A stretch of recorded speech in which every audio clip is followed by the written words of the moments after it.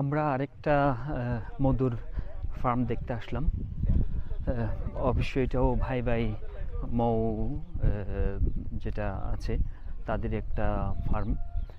আপনারা দেখতে পাচ্ছেন বিশাল এই সাম্রাজ্য, বিশাল এই সর্ষে ক্ষেত। এই সর্ষে ক্ষেতের মধ্যেই মৌমাছিগুলো আসে এবং তারা এখান থেকেই সর্ষে ক্ষেতের ফুলেরই তারা মধু সংগ্রহ করে। আমরা আরেকটি আরেকটি আমরা মধু প্রসেসিং আমরা মধু ফার্ম আমরা দেখব আলহামদুলিল্লাহ। যে এখানে আপনারা দেখতে পাচ্ছেন এখানে সব জায়গায় কিন্তু মৌমাছি। মাসুম ভাই এখানে তো এখনো মৌমাছি আছে না?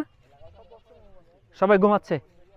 এখন রৌদ্র নাই বলে তো এখন বাইরে হতে পারছে না। আচ্ছা আচ্ছা, হ্যাঁ, এই কারণে রৌদ্র থাকলে এতক্ষণ সব বাইরে যেত, এখানে আমরা দাঁড়াইতেই পারতাম। কামড়াইতো না। ভাই তুমি গেলে এই যে আমাদের এখানে যেতে পারবে। আচ্ছা পানিটা সব ওখানে আছে। ভাই আমাদের ওয়াশআপের জন্য একটা নেন, আমি কথা বলি।